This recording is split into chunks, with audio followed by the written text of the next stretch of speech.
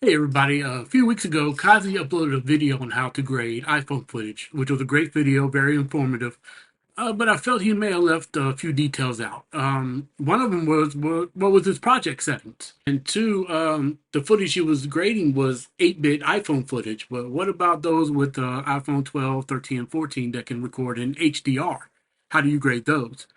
So in this video, I'm going to try to tackle those details. And the first, I'll show you how Kazi set up his project, which is basically node-based color management. And then the second, I'll show you how to set up your iPhone footage to grade in DaVinci Resolve. Are you ready? Let's go. Okay, here we are, DaVinci Resolve. And as you can see, we're in the project settings. And this is how I believe Kazi had his set up in his video. Color science, DaVinci YRGB. His timeline color space, I believe he had his set to Rec 709 Gamma 2.4.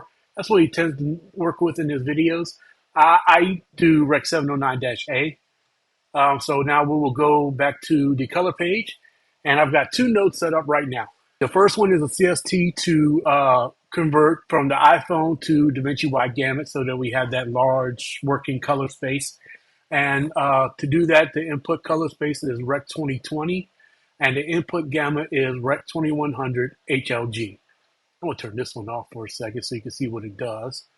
And and the difference between this and the 8-bit, I also checked this box right here, HDR 203 nits, and then on the output color space transform, we take it from DaVinci Wide Gamut back to use timeline, which is Rec 709-A in my case. And as you can see, if we turn it off, everything off and on, you see we're in the where we want to be. Now, between these two, it is entirely up to you how you proceed. This is part of color grading. That's the creative part, and this is where you get to have fun. Um, so I will do a quick grade here. And if you're going for the film emulation, I'm also including in the description because I felt Kazi kind of showed you how to do it. Then he uses like $400 plugin. Well, what if you're using the free version of DaVinci Resolve and you don't have $400? So I'm including in the description some links to how to apply halation and fill grain for free, and also applying a link to Cullen Kelly's DaVinci Wide Gamut Kodak 2383 LUT. But here I'm just going to start. I'm just going to go to my curves, but we're going to go. I'm going to bring it down just a little bit. I'm also going to bring up that. And I take the very bottom line up to like that first notch above zero. And then from there, you just adjust till you get the amount of contrast and your exposure and everything the way you want it. And now we have that set. I'm gonna go and load up another node, and we'll label this first one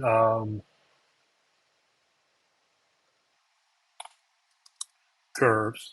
I will be honest, I'm usually terrible at labeling my nodes, but now we're in this one. This is where I will kind of give it that orange and teal look everybody likes, or most people like. Some don't. And I'll label. So I will go, and this is the benefit of using iPhone HDR video because it's 10-bit footage. You can actually use qualifiers, but you have to be careful because like my iPhone, I can't record ProRes. I'm recording H.265, so it could still break. So you have to be careful when you're using qualifiers. But right now, what I'm going to do is I'm going to turn on my screen, whatever that is, and I'm going to kind of key out the blue. And this is how I do. I don't actually select anything. I kind of keep it in the kind of broad as I can. That's one thing I learned from watching a lot of YouTube videos. That you don't want to kind of keep as broad tools as you can. And I will denoise it a little bit. And now what I'm going to do is I'm going to right click on here, and I'm going to add an outside node that selects everything else. And I'm going to turn this off now, and I'm going to go back to this first one, and I'm going to, and let's turn on the vector scope so you kind of see what I'm doing here. I'm going to cool it down. We're just adding a little bit of, some saturation to it. We might dial that back a little bit. I'm going to move this tint to a little bit more towards cyan. And now we're going to go back to that outside node. And we're going to warm that up just a smidge. And maybe move that a little bit over this way. And there's your teal and orange look. And there's one more trick I like to use. And that's, especially 18.5, you can kind of do like where you would have to use like layer nodes. You don't actually have to use layer nodes anymore. I'll show you what I'm talking about. I'm going to change this luminosity. I'm going to go over to my RGB mixer, check that monochrome, and from here I can actually change the color density.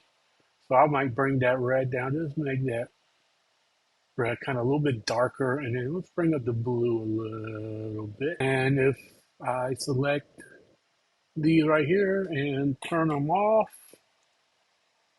and turn them back on, you see I'm getting a little bit, and I may go back and maybe bring up that, maybe bring up the gamma a little bit. Okay, so this is how I guess Kazi would do it on his. So what I'm gonna do now is I'm gonna reset all this, and now I'm gonna go back to the project settings, and instead of using DaVinci YRGB, I'm gonna now select DaVinci YRGB Color Managed, and then I'm gonna uncheck Automatic Color Management, and I'm gonna select HDR DaVinci Y Gamma Intermediate, and for my output color space, I'm again going to select Rec 709A. So now where Kazi did it with the two color space transforms, with one being going into DaVinci and going out, it is already in DaVinci wide color space. So now all you need to tell it to do is tell it that this is not, because right now DaVinci thinks this footage is DaVinci wide color space. It's clearly not. It's iPhone, so we need to transform it. So now I'm just going to select, once again, Rec 2020 and Rec 2100 HLG, and click that HDR 203 nits, and here we are. That's one node, and then we go from there, and I will give this a quick color grade again. I'm going to go to my curves, and when I do it, I normally use editable splines, and we'll go back to waveform, and I will start bringing this up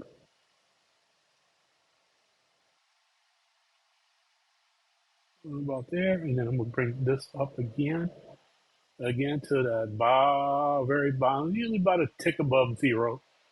And then I will start bringing this down till I get to where I like it. And I think that looks pretty good. And again, we're going to go through the same steps that we did before. Actually, I'm going to show you another trick I like to use. I don't know if this is available in the free version, but I like to use Glow.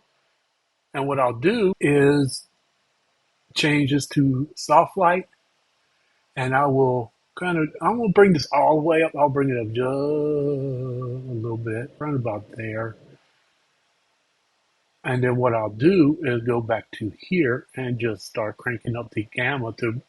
And what that kind of does is if you saw him where he used the blur to kind of de-sharpen the video, kind of, this does kind of the same thing, but in a different way. Like if I turn off, it's just subtle, but I think it looks pretty good. And then from there, we will go again, and I will just do. Actually, for this time around, I'm going to use Cullen Kelly's 2383 light. As you can see, you don't have to do anything special with it because it's already in DaVinci Wide Gamut. And I have the studio version, so I'll just for laughs and giggles, let's add a little film grain.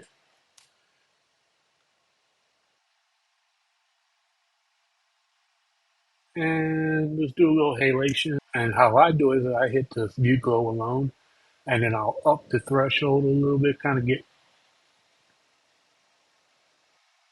something like that. And I will bring the strength down, usually around about there. Now, actually, I like to kick the spread up a little bit, about right there. And if I turn it off and on, I don't know if you'll be able to see the difference really.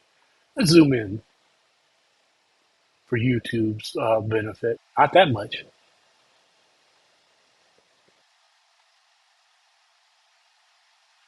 There you go. As you can see, turn it off, turn it on, and we'll go back to. And there you go. And here is a kind of before and after. Here's a before and after video to kind of show you how I went from to a uh, just the video straight from the phone to finished product.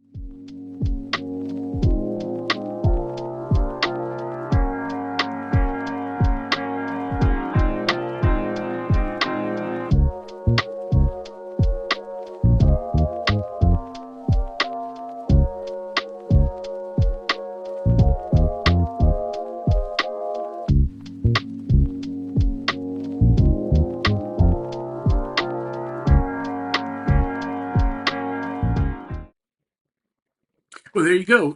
If you found this video helpful, please remember to hit like and tap that subscribe button. And please share this with anyone you believe that could benefit from this video. Thank you all again, and I'll catch you down the road.